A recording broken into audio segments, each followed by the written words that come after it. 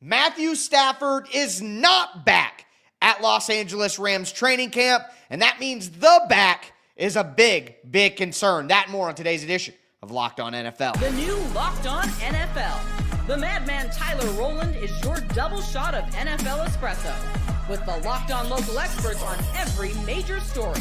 Get ready, Rowland is revving up. The new Locked On NFL starts now. Locked On Podcast Network. Your team every day. Football fans, welcome to the Locked On NFL podcast, bringing you a double dose of the NFL's biggest stories with help from our local experts that know your favorite teams like no one else. I am your host, the madman, Tyler Rowland, joined today by Locked On NFL expert Lauren Cox. On today's show, we are going to take a look at a potential Micah Parsons for James Cook trade. We're going to talk about two rookie quarterbacks who had a pretty good debut in Tyler Shough and Jalen Milroe, but we'll start with some quarterback concerns in Los Angeles with Matthew Stafford and then in Indianapolis as well. Before we get into all of it, though, I do want to thank you for making Locked On NFL your first listen and being an everydayer here with us at the Locked On Podcast Network, where it's your team every day. Lauren, Matthew Stafford, supposed to be back at Los Angeles Rams practice on Monday, but he was not back because of the back injury, and our guys over at Locked On Rams talked about the concern. And I mean, the second I heard epidural, my level of concern went from, I think he's going to be all right, to, hey, this could actually be a thing that prevents them from being at their absolute best. This could be the thing that means Jimmy Garoppolo is your starting quarterback against the Houston Texans on September 7th. And I'm not saying that's the end of the world. I don't think it is. I know he's Matthew Stafford and what that means and everything that comes along with it. But there's going to be some on-ramping to get back to NFL football. And Matthew Stafford was in some sort of weird holistic medicine trailer on the outside of training camp practice. And, you know, I have said, Lauren, that I'm not that concerned about the Matthew Stafford thing. I think the Rams could weather that storm if they had to roll with Jimmy Garoppolo through the first couple of weeks of the season. Even I wouldn't be freaking out. But the back issues at Stafford's age could be a long-term thing, and it could be something that derails their season if he's not back, no pun intended, within that first month. Yeah, this is always one of those tricky health things where it's like we feel so underprepared to like talk about the medical side of it. But I find myself feeling like, well, like Peyton Manning had his whole like neck fusion thing, and a lot of these quarterbacks have found a way where it feels like every year it's like, holy crap, how are these guys even being held together? And then Stafford still ends up playing 16, 15 games every year, with the exception of one in there that like they somehow find a way that if it's an epidural and it's a pain thing, that's a little bit, I don't want to say more manageable because I'm sure it sucks, but like the difference between it just be hurting a lot and it being like physically weak and can't withstand, the throwing of a football. And I don't know exactly where that lands for Matthew Stafford. Yeah, it would be hard to know exactly what state his back. And honestly, you could give me all the scans and everything, Lauren, and I couldn't tell you what the heck I'm looking at. I'm not a doctor, as I say all the time on my own show. But at the end of the day, I guess I believe in the Rams' institutional stability, that even if they didn't have Matt Stafford at the beginning of the season, like they do play the Texans, that's tough, good pass rush, but they play the Titans in week 2. I think Jimmy Garoppolo could pilot a really, really good Los Angeles Rams roster to a win over the Titans. You know what I mean? So I just think the Rams are good enough that if Stafford does miss some time early, they can, like I said, weather that storm and still be perfectly fine to reach all their goals this season. But the problem is this kind of stuff does linger, and at Matthew Stafford's age, maybe could it linger more? But I'm with you in your first initial take here of this seems like a pain management thing, and it's probably wise for him not to be included. But it seems like if the Rams had to play a football game, Matthew Stafford could probably strap it on and make it happen. Well, and it feels like if it is a pain management thing, then is an extra 3 weeks going to make it go away? Like, I don't think you get to a point where you're, 100%. It's never going to be behind you, pun tricky here, but right. So we can't stop. Yeah. So then it's just a matter of like, what is the threshold between playing and not playing? And like, are you going to get a 60% Matt Stafford for week 3 at the Philadelphia Eagles? And like, at what point, like what percentage of Matthew is better than Jimmy Garoppolo, right? Is 60% Stafford still greater than 100% Jimmy Garoppolo? Like, I think 80% Stafford might be better than 100% Garoppolo, but like as you start to degrade whatever value healthy Stafford is down to injured Stafford and wherever Garoppolo is on that scale, like, I wonder if we see this kind of back and forth thing for a little while where it's just like, yeah, maybe an extra week helps Stafford go from 60 to 70%, so he's better, but then that game brings him back down to 60%, and you're like, well, you give him a month off to try and brace for like some of your bigger, more important games as the year goes on. It feels like a headache that I'm glad I don't have to deal with. Yeah, it feels like something they're going to have to manage throughout the entire season, but I guess I believe in the Rams and Stafford and their process that I think it'll work out for them. Now, a team that I don't necessarily believe in their process right now is the Indianapolis Colts. They're going to go with Daniel Jones as the starter this week against Green Bay. He's actually going to get to play with the ones. I saw a lot of Colts fans complaining because Richardson had to play with some of the backups. So it's like his start, he's with the backups, and Daniel Jones's start, he gets to play with the starters. And hey, Daniel Jones had the better game in their first preseason matchup, even with the backups, and our guys over at Locked On Colts talked about that. Indianapolis Colts quarterback Daniel Jones puts together an adequate showing against the Baltimore Ravens. Hello, everyone. This is Zach Hicks, your resident film nerd here at Locked On Colts. And yeah, Daniel Jones, a perfectly Daniel Jones game against the Baltimore Ravens. Some ups, some downs, some good moments, some bad moments. He went 10 of 21 for 144 yards in the first half, filling in a little bit earlier for Anthony Richardson than expected. He was the victim to a couple drops there early in his showing from Anthony Gould. Bounced back with some big plays, but ultimately wasn't really able to string together that touchdown drive or string together some great moments in this one overall. He does pull ahead in the quarterback competition, mainly due to the health of Anthony Richardson, but he didn't really put his stamp on it in this one against the Baltimore Ravens. So next week against the Green Bay Packers will be huge for Daniel Jones and this Colts quarterback competition. That's all I have for you guys right now. Make sure you're tuning into the Colts Squad show immediately after the preseason game with the Baltimore Ravens. It seems like to me that the Colts coaching staff and the Colts general manager and just their whole entire ship, they just would rather go down with Daniel Jones this year and see what happens than give Anthony Richardson another opportunity. I don't think that's the right way to play it, but if you're worried about your job and sticking around as ownership is transitioning, of course, with the passing of Jim Irsay, going with the safer option seems like the route that they're looking to take. Yeah, especially just feeling like even if you think Anthony Richardson maybe has the higher ceiling still, you just don't feel like you're going to consistently get 17 games of him. And it might be more disruptive to do the first half of the year with Richardson and have him get hurt again and then have to go to Jones, as opposed to just riding with somebody like Daniel Jones from the get-go and saying, okay, then if something happens to Jones, you can go back to Richardson. But like just sort of knowing it's a little bit more the devil you know versus the devil you don't in that regard, where I don't think Daniel Jones is going to take the Colts to the playoffs, but at least you can have him for all 17 games and try and build something. And, you know, like what you do in week one to kind of get better over the course of the year. But if you get an injury in week 5 and you have to switch back to Daniel Jones, then you're kind of set back. Like at some point that availability is the more important ability. Yeah, at some point, just building that chemistry, that cohesion, knowing what you're going to get at the end of the day. Sometimes you would take someone who's more reliable over someone who's maybe more exciting or there's more long-term potential or something like that. Like you do just need reliability at the end of the day. And again, when your job is maybe not secure in Indianapolis, you want to go with something that you can rely on and go down on that. But at the end of the day, if I'm a Colts fan, I'm not happy because it seems like the staff keeping their jobs is actually what's being prioritized over doing what's best for the Colts long-term, which is giving Anthony Richardson another shot, whether that turns out good or really, really bad. But with that in mind, some other teams are getting ready to start that life cycle with some young quarterbacks like Tyler Shough in New Orleans and Jalen Milroe in Seattle, who both had pretty solid showings over the weekend.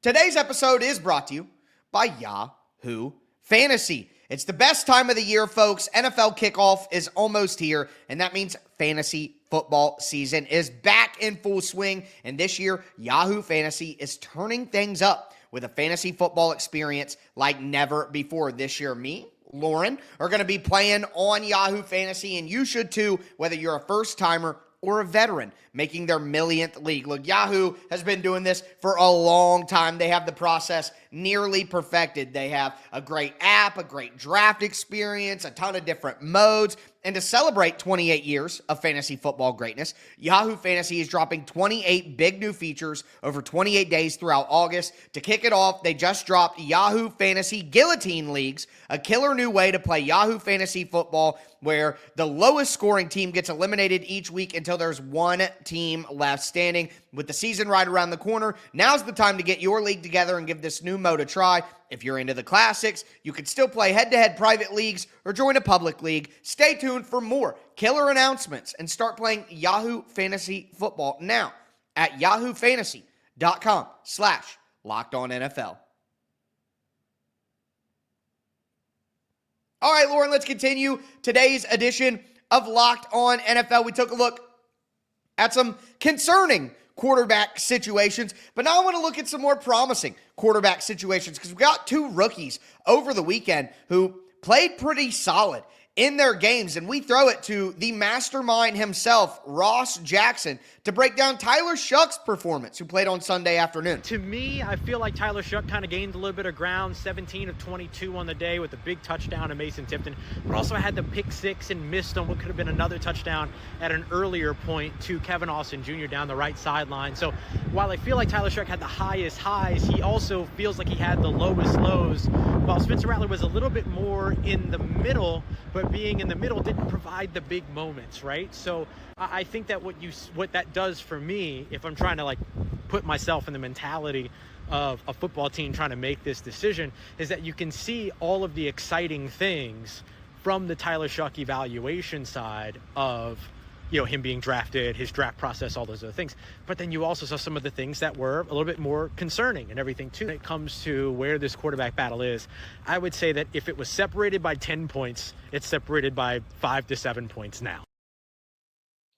So Tyler Shough making his move, and it does make sense. He was the rookie draft pick with the new regime, but Spencer Rattler still in the lead there, according to Ross. And it does remind me of the Indianapolis situation that we were just talking about, where coaching staff just got hired. They're probably going to go with the reliable option of Spencer Rattler over a guy like Tyler Shough, who may have more highs and lows. Yeah, it feels to me like what they should do is prioritize what's going to be like the best long-term quarterback plan for them, right? Yes. So it's not necessarily which quarterback wins you more games right now, but more so you drafted Tyler Shough in the second round. So if you think Shough needs time on the bench, then put him on the bench because then he'll be better for you in the long run. And if you think Shough needs to be out on the field because he needs that experience now, then play him if you think that's what's best for the development of your quarterback in the long run. Like ultimately, I think if I'm just trying to win games, if I know I have a bad Saints team, I feel like the high highs and the low lows of Shough gives you more of that volatility that maybe he could have a great game against a team that you shouldn't be able to beat and you're able to win. And whereas like if Spencer Rattler is just going to be steady Eddie, but you don't have a good team around him, you're not really going to have any surprise wins over a team that you weren't expected to beat, and you're going to lose a lot of games anyway. So why not swing for the fences with the more volatile option? I 100% agree. I think Tyler Shough being the more volatile option is going to give them more opportunities to make special plays to maybe win more games than they would otherwise. You're right. The roster is not good enough to steady Eddie your way into a good season with Spencer Rattler. And at the end of the day, Tyler Shough is 26 years old, or basically 26 years old. You know what I mean? Like, this is not a young rookie quarterback. This is a guy who was in college for 7 years. I say it all the time because it's so insane, but he was Justin Herbert's backup at Oregon. Like, that is an insane thing to think. This is not a young quarterback that should be developing. Tyler Shough was drafted where he was because he should be able to come in right away and play at his age with his experience level. This isn't a developmental Anthony Richardson situation where maybe you should have sat him to start and it was a bad idea to roll him out there. So to me, it's like, any way that you look at this, Tyler Shough should be the starter, and you add in that Spencer Rattler was drafted by somebody totally different. It wasn't this regime. It wasn't this coaching staff. It's not what they wanted. They handpicked their own guy. They went and got him. He's not a super young, inexperienced player. Tyler Shough should be the guy playing, not only for those reasons, but like you just said and we talked about, he probably gives you more opportunity to win too because of the volatility, even if there's more lows than highs. So I just don't understand. New Orleans is one of those teams that I've had my eye on all season, and I just don't understand what they're doing, and I don't believe in Kellen Moore. I don't believe in the coaching staff, and I think that New Orleans is in for a couple more hard seasons before they have a hope to turn things back around with a new coach. It's wild that Tyler Shough is exactly 1 year older than Spencer Rattler to the day. They have the same birth date. That is crazy. 1 year apart there. But yeah, I mean, as long as they feel like putting Tyler Shough out there isn't going to damage him, as long as they feel like their offensive line is good enough, right? Like the kind of things that can really derail a young quarterback, regardless of experience, right? Just the idea of like, is the infrastructure good enough for this quarterback to not get David Carr'd? Then I think you go with him. But if you have if you happen to have real concerns, and I think they've invested enough in their offensive line, a lot of draft picks up there, like you should be fine for a rookie like that, especially an experienced rookie, to just kind of come in and do a little trial by fire, and you can live with the ups and you can live with the downs because it's the first year of the coaching staff. Especially an experienced rookie like Tyler Shough. You know what I mean? Like, there's just no excuse. And my thing is, if you drafted him in the second round and his only competition is Spencer Rattler, and he's older than Spencer Rattler, and he had a ton of time in college, and he's still not ready to play, then I think it's hard to argue to me that that was the right move. Like, you draft a guy there because he's ready to play. I mean, he looked decent in the game. So, like, I just have a hard time hearing the argument that he's so far away he can't play over Spencer Rattler. It'd be different if it was Derek Carr, you know what I mean? But it's Spencer Rattler. Like, why not play the guy? And it would be different if, like, it was the same coaching staff from last year, so Rattler had another year of experience in the offense, right? I can see rookies trying to learn the offense, so maybe give him some time, but Rattler's trying to learn the offense too, and he's only had 1 year in the NFL. It's not like he's had this years of experience so that he can pick the offense up more quickly. So, like, they're both basically not starting from the exact same point, but starting from a close enough point that the guy you took in the second round should be better than the guy you took in the fifth round, even if the fifth round guy has another year of a quote unquote overall year of experience. I don't know if that should put him miles ahead. All of the typical usual excuses that are, or reasons that are given for young quarterbacks not playing basically don't apply here. Like, they don't apply to this scenario, which, again, I want to see Tyler Shough out there for the Saints. We're going to see it eventually at some point during the year, whether it's early or late. But a guy who I don't think we're going to see this year, and I think if things go according to plan, we shouldn't see. And actually, you talk about Dart and Shough and all these guys, a guy who I think it actually is best for him to not be seen his rookie year, and that's Jalen Milroe, who had a small sample size in his preseason game, but had a pretty impressive one. And my guy Corbin Smith from Locked On Seahawks talked about that performance. So the Seahawks got really good contributions from all of their rookies that came in. Jalen Milroe, I thought, looked really good in the second half, and he unfortunately had to deal with a bunch of penalties that hindered the team's ability to move the football, but he did lead a touchdown drive that Jacardi Wright finished off with a 1-yard touchdown. I thought his mechanics, his lower body, throwing the football looked pretty darn good in first game action, so it carried over from the practice field. Got to see a couple nice throws on the run as well. Wasn't able to muster that game-winning drive with a fourth down conversion that unfortunately did not happen. But I thought overall Jalen Milroe played pretty well. I mean, you look at the stat line again, it's not going to freak you out or anything. 6 for 10, 61 yards, but adds the 3 carries for 38 yards, and it's like, that's what you wanted from Jalen Milroe. Drew Lock is their backup. He's their veteran. He's going to be behind Sam Darnold, and I think that's good for Milroe. But Milroe is a development project, and just what we saw from him in the first glimpse of him, I'm like, okay, give him a couple years to boil over there, to bake in the oven. And I think that Jalen Milroe is somebody who could be a solid contributor for the team. I just don't think that that's someone who should be playing year one. Yeah, and I think he's in a good infrastructure there to try and develop him, right? With somebody like Clint Kubiak, who's been around, the Shanahan tree and some of the Vikings teams of the past. Like, not that certainly his time in New Orleans was a little bit underwhelming. I think they had higher expectations for him there, but a lot of things were going wrong in New Orleans. And it just seems to me like, they've got Drew Lock to be like the true number 2 backup quarterback to Sam Darnold. Right. You can let Milroe like adjust to the speed of the NFL game, adjust to an offense that might ask him to go through more pure progressions and kind of see the field even more. And like, not that he's not capable of doing it, but no need to have him be out there any earlier, even as a backup quarterback. I mean, Darnold should be able to hold that job regardless, but let him truly kind of redshirt this rookie year. And I think he's somebody who's going to benefit a lot from that opportunity. No, I'm with you there, and I agree.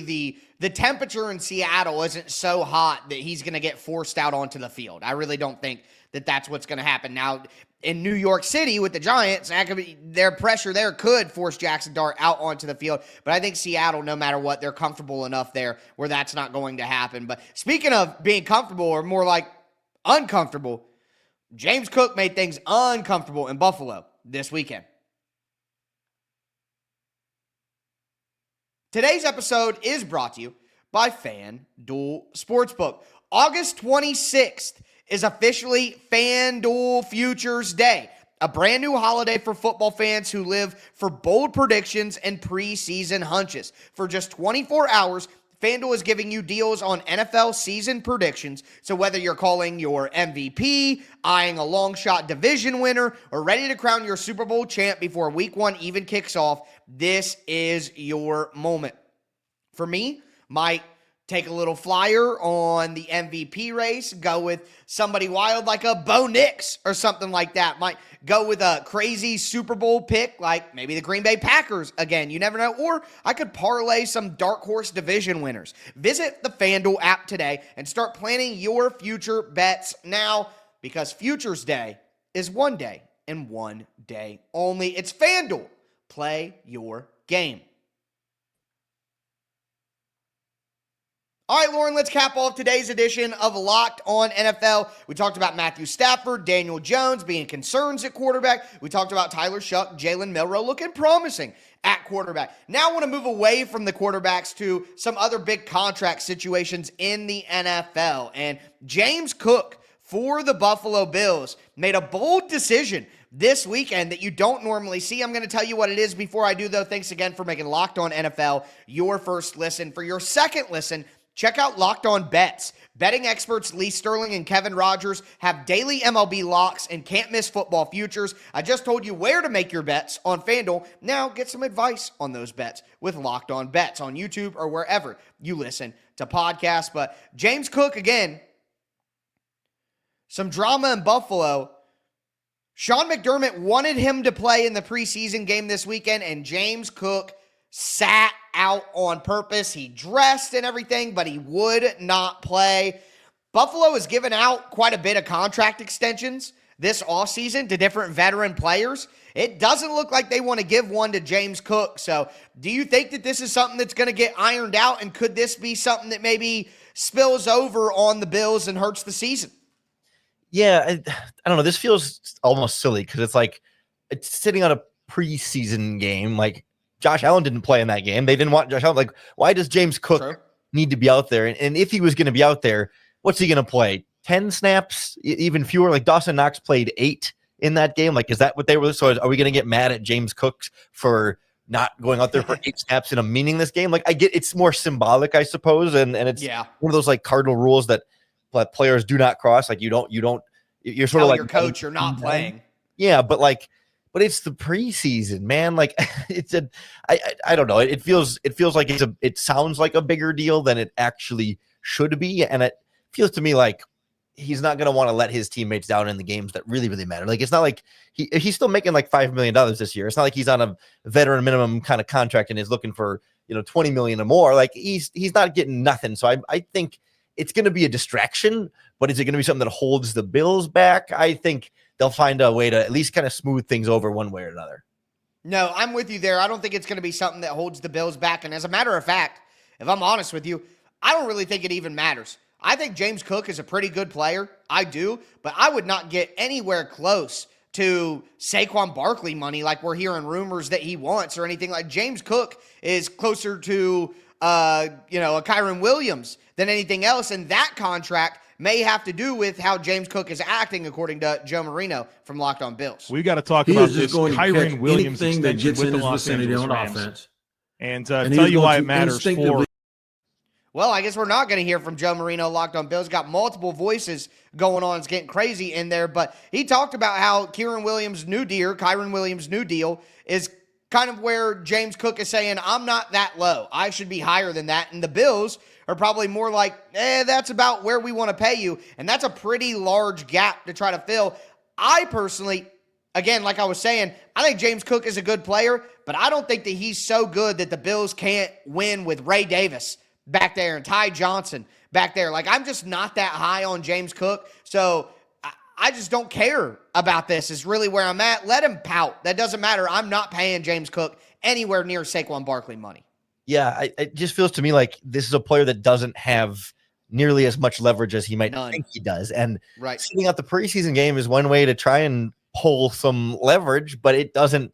I mean, at some point, the team can go on without James Cook. I think you're right. It certainly hurts not having him out there, but it's not like they can't do anything without him. Like he's been a very good player, but he's in that caliber of player that is kind of, I don't want to say replaceable per se, but like that isn't must re-sign. Like someone will give him his money, but like I think back to, was it 2 off seasons ago when we had Derrick Henry was a free agent, Josh Jacobs was a free agent, DeAndre Swift was a free agent, Saquon Barkley was a free agent. Like if those guys are walking because their teams aren't going to give him big contracts, like James Cook is not better than that group of players. So why does he think he's got more leverage than them to be able to strong arm a contract when like, the Giants let Saquon Barkley walk and the Titans let Derrick Henry walk. Like all these players were not good enough to re-sign, and Cook is at best, right below those guys, if not a little bit farther down.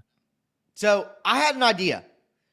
You got Micah Parsons in Dallas, who is not happy with his situation. And Buffalo would love an alpha edge rusher to plus their defense. The Cowboys running back room is absolutely terrible. Sorry, Jaden Blue. Not buying into that necessarily right away. And it could be a way for the Cowboys to get a player back and still sell to their fan base, hey, we're looking to compete. We went out and finally got a starting running back. We're going to figure this thing out. Say James Cook and a first-round pick for Micah Parsons. I'm just saying, guys, like, let's go ahead and line that up and get this done.